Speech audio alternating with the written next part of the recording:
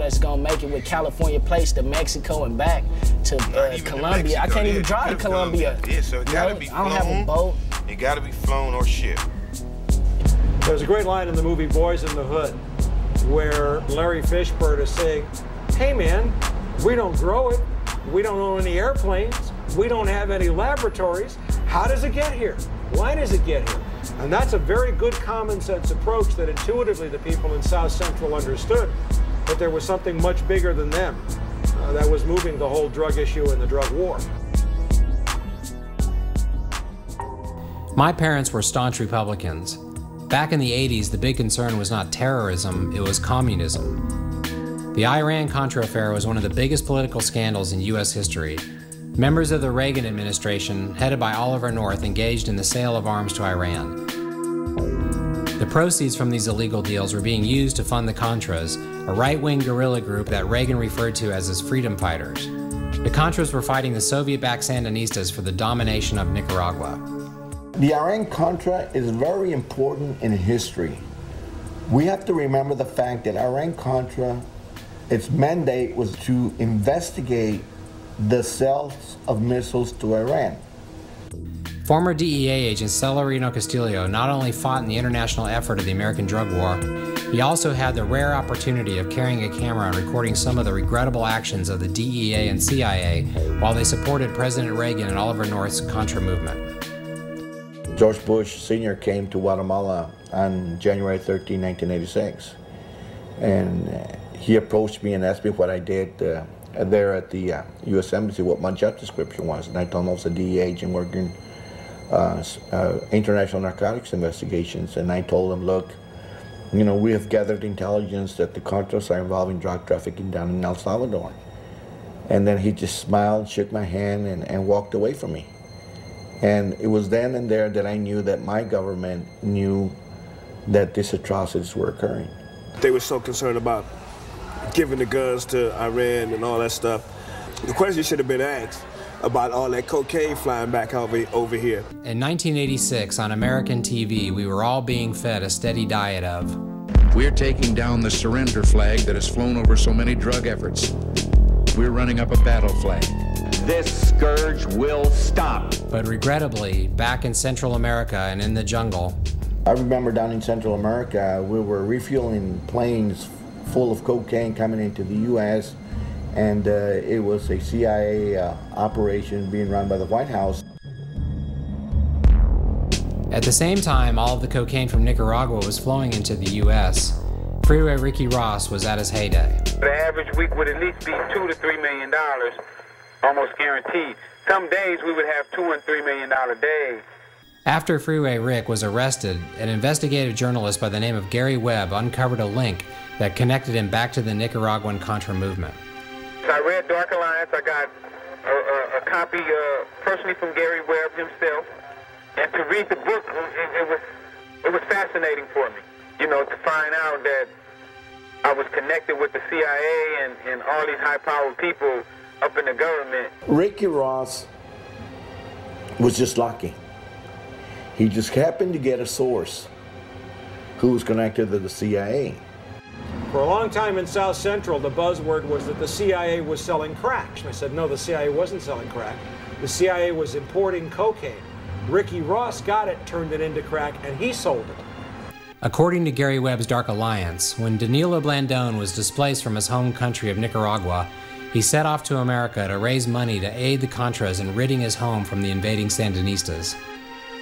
When Ricky Ross was introduced to Blandón, Blandón was in a position to create a pipeline of cocaine that he in turn gave to Ricky Ross on consignment. Which I like the sound of that, you know, because I was always trying to get to the top anyway. Suddenly, some major sources opened up for him. Danilo Blandón, Norwin Meneses, both of whom were tied to the CIA and the Contras, and Gary Webb did a masterful job of breaking those stories and proving with documents that that was the case. Whatever we were running in LA, the profit was going to the Contra-Revolution. I started doing a little research on my own, and I read a little bit about Oliver North and the Contras, because I never knew what the Contras was before. There's ledgers of Oliver North and them actually transporting the cocaine to our country. There's film. every piece of document that's possible. Talk about being in the wrong place at the wrong time. First-time dealer and former Crip Leroy Chico Brown was arrested with Rick. Chico walked into a DEA sting operation that was set up to capture and imprison Rick in trade for Rick's old partner, Danilo Blandone. How could this be possible? Then we reading through the documents, and then that's when Gary Webb started explaining it to us, and we was like, everything came together now. One of the most paramount moments, perhaps caused by Gary Webb's Dark Alliance, took place in November of 1996. It was a monumental historic event. I mean, the director of the Central Intelligence Agency was coming to Watts to face the people. Now, we all know that the U.S. government and the CIA supported the Contras in their efforts to overthrow the Sandinista government in Nicaragua in the middle 80s. Now, it is alleged the CIA also helped the Contras raise money for arms by introducing crack cocaine into California.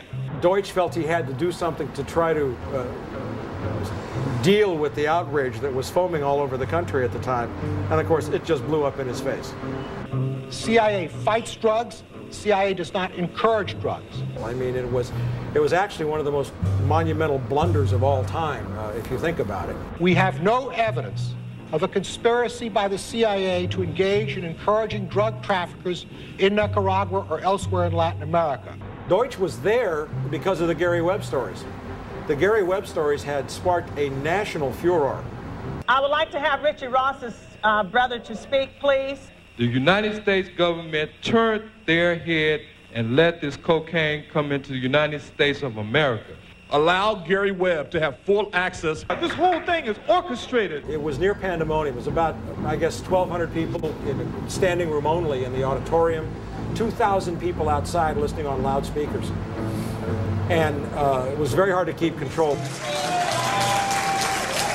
I got called on finally, and I said to her very clearly, I was looking right at Deutsch. I am a former Los Angeles police narcotics detective, and I work South Central Los Angeles, and I will tell you, Director Deutsch, that the agency has dealt drugs throughout this country for a long time.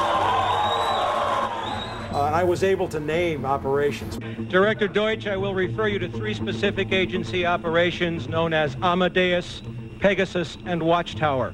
I have Watchtower documents heavily redacted by the agency. I was personally exposed to CIA operations and recruited by CIA personnel who attempted to recruit me in the late 70s to become involved in protecting agency drug operations in this country. He stumbled and stammered and wrung his hands.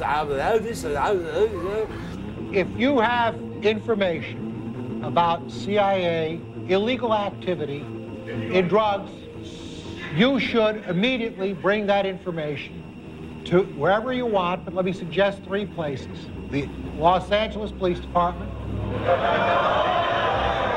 And of course my response was, I started there 18 years ago, sir, and they tried to kill me. Now what do you want me to do? If this information turns up wrongdoing, we will bring the people to justice and make them accountable. The crowd started chanting, "We told you, we told you, we told you." And it was a great moment of unity. And it was a healing moment for me, because I'd been out alone for 18 years and didn't really know that kind of support was there for me either. The average person in South Central Los Angeles did not know anything about really how the CIA worked. They had an intuitive sense. If you have a private network run by George Bush and Ollie North, not the CIA, you won't find the records in the CIA. They're not there. They're in these privatized intelligence agencies. Will you pursue that? Will you pursue Ollie North and George Bush and the massive documentation? All these gentlemen, like this gentleman here, the co-defendant of Ricky Ross. They needed the money to finance the war in Nicaragua. They had the link. We know that from records now that they sent Blandone, who was a CIA operative, CIA, to school for marketing the product which we now know is cocaine. Me and Ricky Ross is waiting to get sentenced Tuesday. And she what a judge gonna say to us come Tuesday? May I just say that the question which was asked of us by the judge was Ricky Ross ever an agent or a contract employee? I already knew that from the beginning of dealing with Danilo Blandone that he was sending supplies and things of that nature, computers, and guns in Nicaragua to fight a war. Ricky had already served a 5.5-year sentence for dealing crack, but was now given a second 20-year sentence after being set up by his former partner Blandone, while Oliver North walked away as a hero, wealthy and free to try his hand at politics. Oliver North was being promoted by the Christian Coalition, and to them he was the last white hope that they were going to have for a right-wing Christian to run for U.S. Senate in Virginia. During the 1986 Kerry Commission, Oliver North's crimes were exposed to the American public, and yet today Oliver North is not only a free man, he has his own show on the Fox News network. It's amazing that Oliver North has his own TV show, and hopefully when I get out, I plan on having my own. How does a federal agency like the CIA exert control over local law enforcement agencies? The way it's done, which I saw firsthand at LAPD, there are networks called the Narcotics Intelligence Network, or now it's called Clearinghouse, where agencies who are doing a drug case don't step on each other's toes. Every time the police go and raid us, I know Rick used to get calls and say, move out, you know, they coming. We actually saw that here in 1986 with major task force investigations of Freeway Ricky Ross. They had search warrants for 19 locations that were prepared one night, and by the time they got there the next morning, all 16 locations had been cleared out. And that means that obviously there was a leak. That's the way the CIA protects its share of the drug trade. Just one night, I got a tip from Danilo not to go over, and just so happened to be the night that they raided. Crack use spread like wildfire in the early 1980s. And in Los Angeles, a drug dealer known as Freeway Ricky Ross was in the middle of it. Prosecutors called Ross the Walmart of crack. He made millions in the early 80s dealing to Los Angeles street gangs.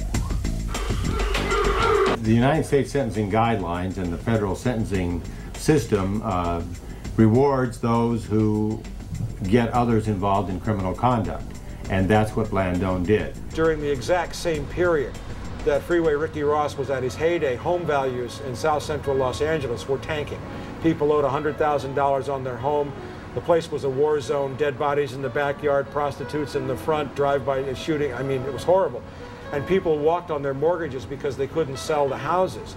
And tens of thousands of homes were moved, literally for 10 and 20 cents on the dollar after people abandoned their mortgages. We call that ethnic cleansing. There was a greater plan to put churches, to put liquor stores, gun shops, and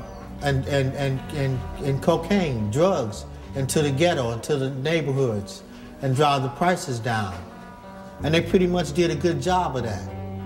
Real estate in California, which we consider Compton, Watts, East LA, South Central, where the drug-infested gang killing highest rates in the country, and families really start moving out of the inner cities to way out. I'm talking about 70 miles out of LA to get rid of. I'm talking about the farmland where they promising people that they gonna build up jobs and everything. Especially like in the 80s. There's a big thing about moving to Moreno Valley. We're gonna have all these big corporations come in. It never happened. People actually moved out there, end up losing everything because the big corporations never came. And then a lot of investors came back here and start buying property for so cheap prices. And now the property value is sky high. You can't even afford to live in Compton and Washington without spending $300,000 for a home that my mother then paid $9,000 for. I think the prevailing view on Wall Street is anyone stupid enough to buy drugs deserves to die. And if you can make money from them while they're doing it, that's great. And if that's imposing a crime wave on a community away from Wall Street, that's okay. There's no drug crime on Wall Street. I don't like it.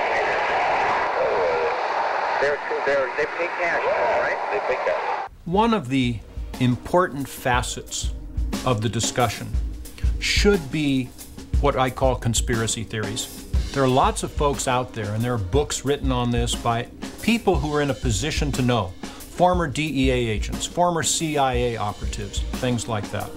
And they tell stories about huge amounts of money, large-scale corruption in the big parts of government, etc. And are these stories true? And the answer is, of course, I don't know. I don't have access to any particular information more than anyone else does. However, ask yourself this question. If you're going to have $1 million in cash, how much corruption can you buy at any level for that $1 million? And the answer has to be quite a bit.